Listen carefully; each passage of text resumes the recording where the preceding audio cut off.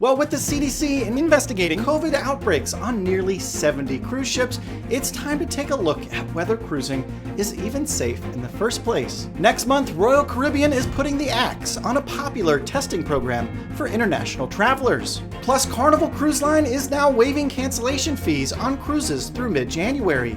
All this coming up on Midships.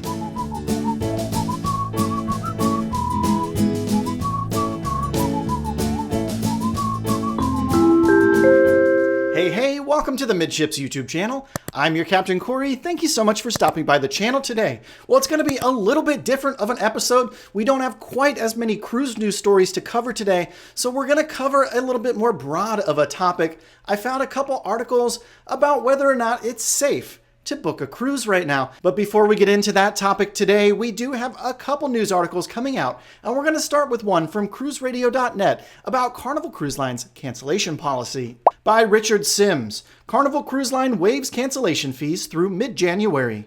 Carnival Cruise Line is giving passengers booked on sailings between now and January 14th the opportunity to reschedule or cancel their trip without paying any fees.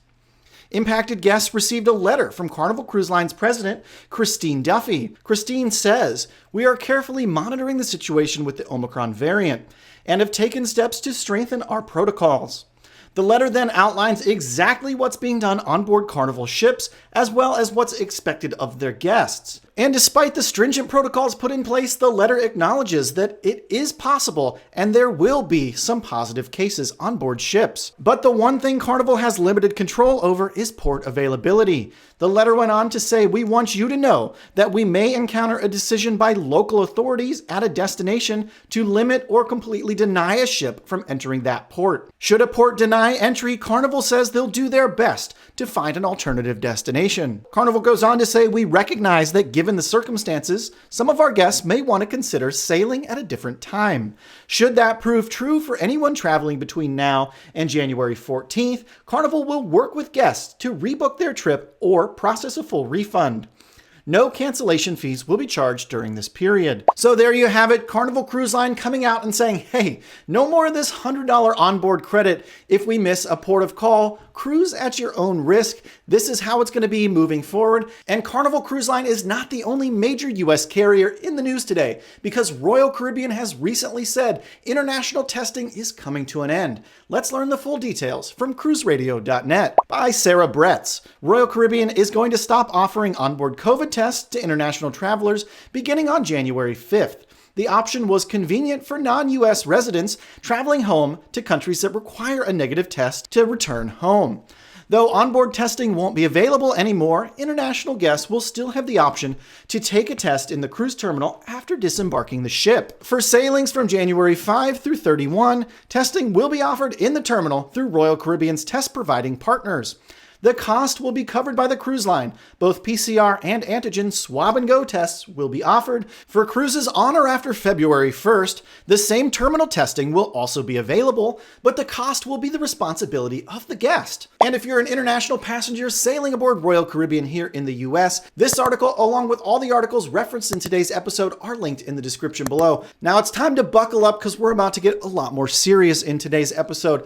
I want to show you some articles coming out from mainstream news outlets, really throwing a bunch of shade at the cruise industry. And basically, this is a big lead up to today's main topic. Is it safe to be on a cruise right now? So this is the first story I want to show you from investing.com. Cruise liners slip after cases of COVID outbreaks on ships. And they're using the word outbreak to describe 48 deaths among 6,000 people. So that's a little bit sensationalized if you ask me. So that's a little bit weird, but that's not the only sensationalized news coming out right now about cruises, because we have Fox 5 San Diego to look at. This is by Matt Meyer. Ship leaves San Diego for another cruise after cruise COVID outbreak. And here comes the biggest doozy of them all from the New York Post.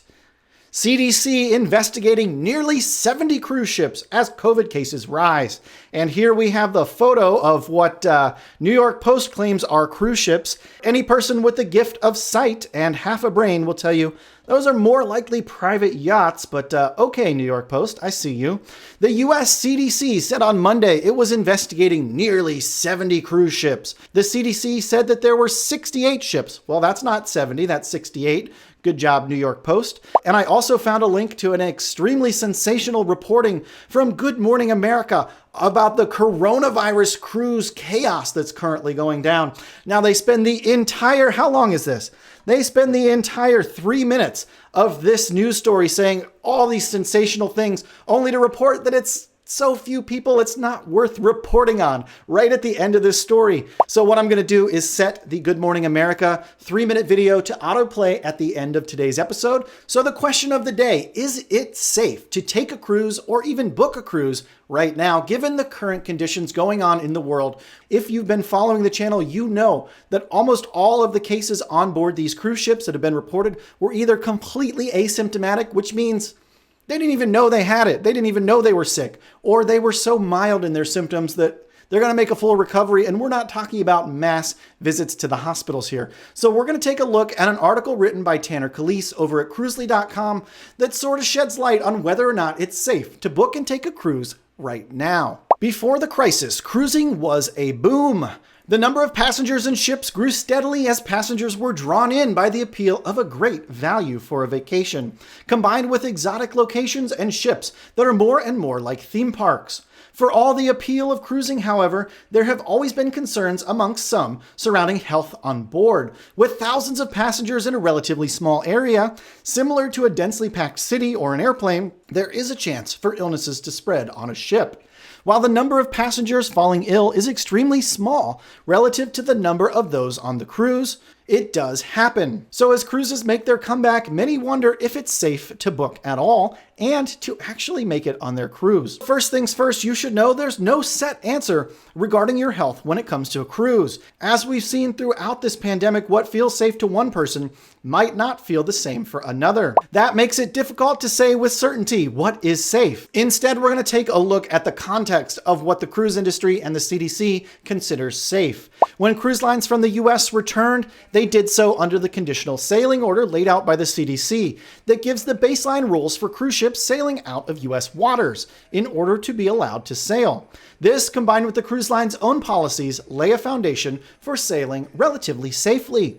While there are some minor differences between the cruise lines, the major initiatives are largely the same, no matter which cruise line you're sailing. And the cornerstone of all these policies, of course, is vaccinations. Most cruise lines require 95% to 100% vaccinations for passengers sailing on board, and almost all cruise lines are fully vaccinated for their crew. And so I'd like to further dig down into what one other cruising expert has to say about whether or not cruising is safe right now. And this comes from a Local 10 news article. Let's take a look.